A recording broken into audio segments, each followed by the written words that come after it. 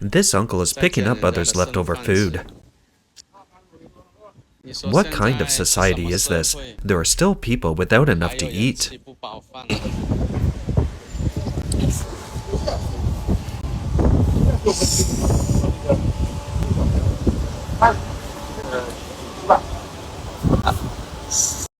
Amid China's sluggish economy and persistently high unemployment, a so-called leftover food scavenging trend has emerged nationwide. Many young people, in an effort to save money, flock to farmers' markets to scavenge leftover vegetables discarded by vendors. These videos circulating online show participants from various regions, including provinces such as Guangdong and cities such as Hangzhou, Chengdu, and Guizhou. Among them are university graduates, unemployed youth, and stay-at-home mothers. What can a 90s kid find after work? Here's a box of enoki mushrooms. Looks good. Last time I found a seafood mushrooms here, and this time I find another box. Great. I find a new variety. See if anyone recognizes it. A netizen told me the name seafood mushroom. I don't know it before. Look, I found so many baby squash. This is the first time I've seen such good baby squash. Most of these baby squash are bad, but some are good. The good ones just don't look good, so we don't want them. He's gone. I'll eat whatever the guests leave behind. It's the happiest time of my day again, picking up the leftovers. Leftover chicken bones, small skewers, all are delicious. There's not much left on this table. No problem. I'll take the burnt bits. This table, they just left. Good food. I'm happy to eat peanuts. So happy. One full bottle. Am I embarrassed to eat out? Well, this plate isn't bad either. This evening is so pleasant. The vegetable picking craze has reached Sanya. Being near the Sanya wholesale market, I am coming to see what I can find tonight.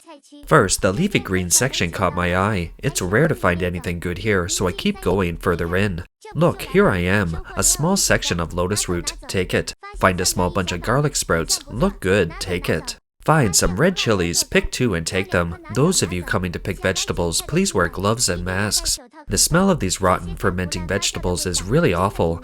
There should be some good ones here. I can pick them out. I can't stand the smell anymore. No thanks. A couple, 10 years of marriage, go to the wholesale market after getting off work to see what we can find. Wow, what a lucky day. Here are the cucumbers as soon as we arrived. Pears over there. Are these good or bad? This one is pretty good, okay? This pomelo is rotten, so we won't take it. Another good find, corn. No, you have to break it open. Let's take it home first. After returning home, the couple laid out their day's haul on the table: eggplants, cucumbers, tomatoes, corn, and even a few pears. The blogger laughed and said, "These vegetables are so fresh, another day of saving money." Wow, what amazing luck today. I just arrived and saw a bunch of sweet potato leaves. They'd be delicious stir-fried with garlic or made into a cold salad. I'll grab them. I also see a bunch of scallions, although the leaves are a bit rotten. After picking and washing them, it'll be another delicious dish. Okay, I'll take it. A bunch of water chestnut leaves in the distance, but there isn't a single water chestnut. Sure enough, you can find good stuff near big trucks. They're plump and white. I found a lotus root, so cute I'll take it. I see a familiar old friend again. Have to say hello. The skin is dry, but it looks substantial. I'll pick out 2 more and leave the rest for those who need them. Turning my head, I see a bucket of chili peppers. I'll take plenty of them. They go with everything. Such fresh chili peppers. I'll take them. As China's economy continues to weaken and job opportunities rapidly decrease, more and more young people are forced to lie flat. They are gradually losing hope for the future, and many are choosing not to marry or have children. I think you really shouldn't get married if you don't have money. Even if you do, your wife will run away. What's the point, right? Even if you marry a wife and have children, she'll still divorce you. Would you marry someone you love who is very poor? I used to, but not anymore. Why? Because I used to want a very romantic kind of love, but now everyone is very realistic. Would you marry someone you love who is very poor?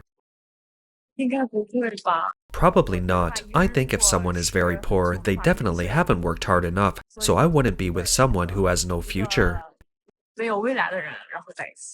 How much money do you have left for your wedding? I only have about $3,000 left.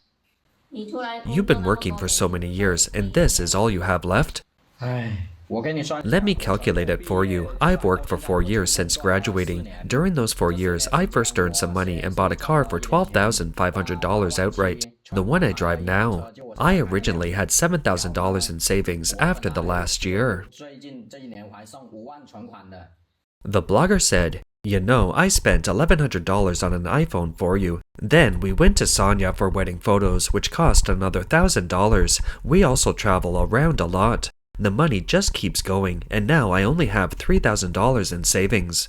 It's already good that I'm not in debt. We still need $10,000 for the wedding, so I plan to take out a loan to get married first, and then we'll settle down and live a stable life." Have you ever felt the humiliation of losing a relationship because you couldn't afford the bride price? I have. About 2 years ago, due to failed investments and losing some lawsuits, I went through a very difficult period. Of course, my girlfriend, who was with me during my most successful time, didn't choose to break up with me then. At my peak, aside from buying gifts, I would give her $7,000 a month for spending money.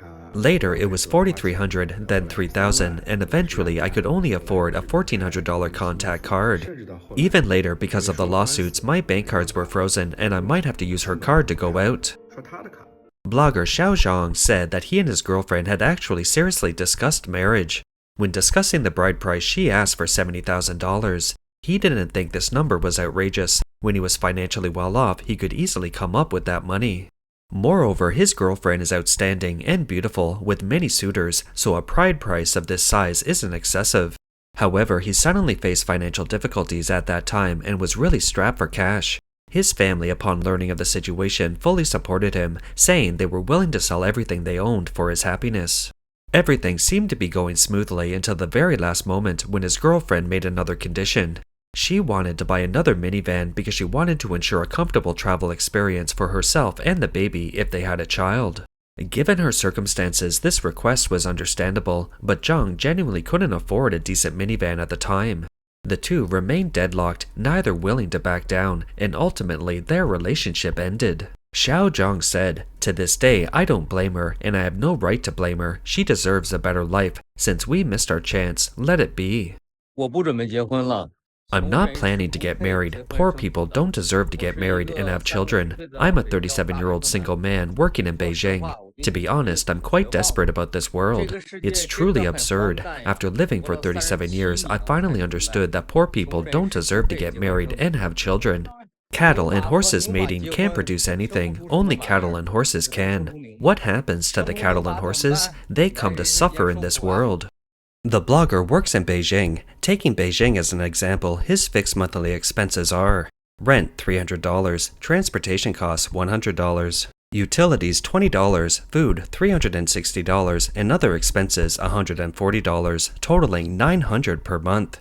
He said that in Beijing, over 80% of people earn less than $1,400 a month, barely enough to cover basic living expenses. While minor illnesses are manageable, serious illnesses are a disaster for ordinary families. Furthermore, the current economic climate is rife with mortgage defaults. In this situation, those who don't buy a house, a car, or get married are ironically considered fortunate. Many young people rely on their parents for financial support before and after marriage, placing a heavy burden on their parents. For those at the bottom of society, marriage often means even greater economic pressure, leading many to choose not to marry. Don't get married if you don't have money. Marriages without a material foundation will eventually turn into mutual resentment. Once money is tight, they start to haggle, dislike each other, and treat each other like enemies, saying all sorts of hurtful things. I have a neighbor who married her husband after a love marriage. They were each other's first love. Their relationship was incredibly sweet, but things changed after marriage. After marriage, the woman lives with her husband's family and has a child early. During her pregnancy, she barely worked, staying home to care for the child and the elderly. This means the husband has to support the entire family on just $1,000. Can you imagine? Two people who were once deeply in love now argue over even a few dozen RMB for groceries. The blogger said that every time the woman asked for living expenses, her husband would scold her. She was even called wasteful for buying herself clothes. She was originally a sunny and cheerful girl, but gradually turned into a resentful woman, seemingly aging 10 years overnight. The woman contributing at home without income is easily looked down upon. The man bearing all the financial burden alone will eventually become emotionally unbalanced. When a family lacks a basic economic foundation, you simply cannot afford to talk about love. Money can't buy love, but it's the minimum guarantee against people harboring resentment towards each other. If a man doesn't have money, he shouldn't get married. Seriously, don't waste a young woman's time, and don't even consider marrying her and having children. Because the child you will have will be the one with the worst circumstances, hindering their development and causing them to grow up in a cycle of low self-esteem. You see your colleagues and friends on social media going on trips and buying luxury goods, but you're struggling to make ends meet, probably still paying rent or a mortgage. So don't say that love can help you through difficult times. That's impossible. Poverty makes life miserable for couples. Without financial stability, how can you provide a better, more comfortable, and happier life for your partner and children? The blogger says that the most important thing for a man is to work hard to earn money and prioritize his career. Wait until you have a stable financial foundation before pursuing the girl you love. Otherwise, can you bear to let her suffer with you? How difficult is it for a man to get married without his parents' help? Let's take an example. In our small third-tier city in Jiangxi, if you want to get married, there are at least 4 things. First, you need to buy a condo in the city center. A condo costs around 140,000 and your down payment is at least 30,000. The second condition is that you need a car, at least the kind costing $14,000. Third, you also need to buy 5 pieces of gold jewelry for the woman, usually around $5,000. Fourth is the bride price. In Jiangxi, the bride price is generally $24,000 and sometimes even $56,000. If you want to get married, adding all these expenses together, you'll need at least $86,000. Without parental help, how many years would it take a guy after graduating from university to save up $86,000? Why do people say that marriage can make men poor quickly? Doesn't that sound a bit far-fetched? But too many real-life examples prove this point. Marriage today is no longer the kind of partnership where 2 people struggle together and support each other. Instead, it's become a high-threshold, high-risk, and extremely expensive war of attrition. You might think marriage is about building a small family, 2 people earning money together, and having a warm harbor, but in most cases now, it's not like that at all.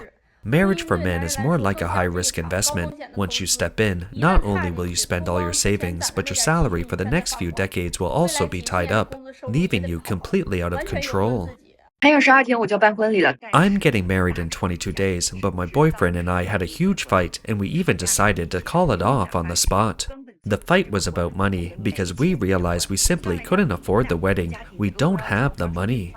That day, even though both families had already spent a lot, my boyfriend asked me to give a lot of red envelopes and appliances as gifts to guests for the wedding and the day of the ceremony, which I didn't understand. Because in Hunan and other regions, the bride's family doesn't actually need to spend a lot of money. In fact, the bride price is usually given to the bride's parents, but my family spent a lot of extra without asking for a bride price. As China's economy weakens, more and more people are starting to focus on cost effectiveness.